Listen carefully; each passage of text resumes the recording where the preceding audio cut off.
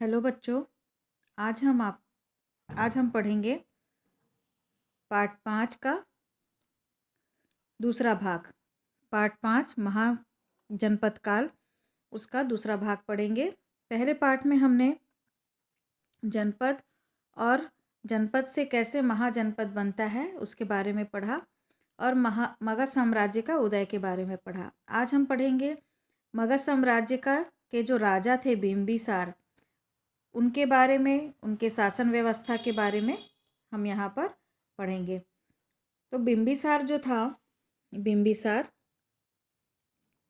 की शासन व्यवस्था। बिंबिसार मगध का प्रमुख राजा था और वो बहुत ही शक्तिशाली राजा था और उसकी जो सेना थी वो बहुत ही ज़्यादा शक्तिशाली थी और उसने अपनी सेना को वैसा बना के रखा था। उसने सेना और उसकी नीति दोनों से काम लेकर के मगध को शक्तिशाली बनाना शुरू किया।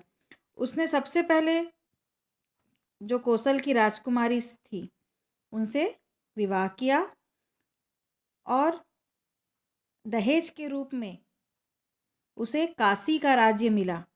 काशी उसको दहेज के रूप में मिला बिंबिसार को। इसके बाद वैशाली की राजकुमारी से विवाह किया और वहाँ का भी उन्होंने क्या किया, समर्थन प्राप्त कर लिया। उससे दूर के जो जनपद वाले थे, जनपद थे, दूर के जनपदों से भी उन्होंने संबंध अपने अच्छे किए, मित्रतापूर्ण संबंध बनाए। लेकिन अपने जो पड़ोसी जनपद पर चढ़ाई करके उसकी राजधानी चंपा पर अधिकार कर लिया। दूर के जनपदों को तो उन्होंने अपना मित्र बनाया, लेकिन जो पास के जो जनपद थे उस पर उन्होंने चढ़ाई की और उसको अपने राज्य में मिला लिया और उनके चंपा राजधानी का नाम था, उस पर अधिकार कर लिया। तो बिंबिसार का जो शासन व्यवस्था है ये हम देखेंगे। बिंबिसार एक बहुत ही योग्य शासक था। उसने राजगृह को अपनी राजधानी बनाया जो चारों तरफ से पहाड़ियों द्वारा सुरक्षित थी। वह अपने राज्य की शासन व्यवस्था पर बहुत कड़ी नज़र रखते थे, है ना। हर बात को वो अपने नज़रों से ओझल नहीं होने देते थे, हर बात पर वो नज़र रखते थे।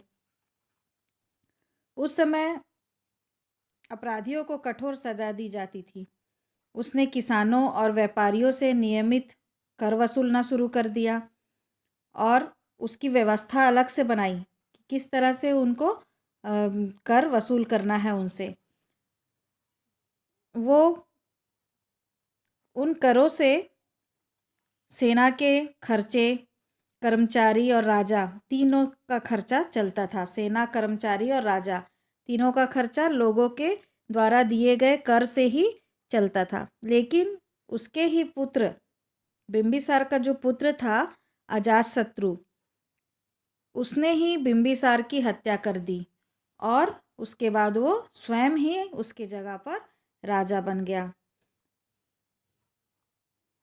पुराने समय में ऐसा होता था कि राजा के जो पुत्र होते थे वो अपने अधिकार को प्राप्त करने के लिए और इंतज़ार नहीं करते थे, क्योंकि राजा का जो पुत्र था वो राजा के मरने के बाद वही राजा बनता था। लेकिन उस चीज़ का भी वो इंतज़ार नहीं करते थे और अपने पिता की उसने हत्या कर दी और वहाँ का राजा स्वयं बन गया। अजातशत्रु के बारे में हम देखते हैं कि अजातशत्रु ने अपने पिता की नीति को अपनाया और मगध का और विस्तार किया, उसको फैलाया और उसने उस पर बहुत काम किया। उसने वज्जी गणतंत्र में फूट डाल करके उसे अपने राज्य में मिला लिया और उसके शासनकाल में जो राजगृह के निकट सप्तपर्णी गुफा में प्रथम बौद्ध सम्मेलन हुआ था, है ना, वो बौद्ध का समर्थक था और उसने अपने राज्य के समीप में राजगृह के निकट सप्तपर्णी गुफा में प्रथम बौद्ध सम्मेलन कराया।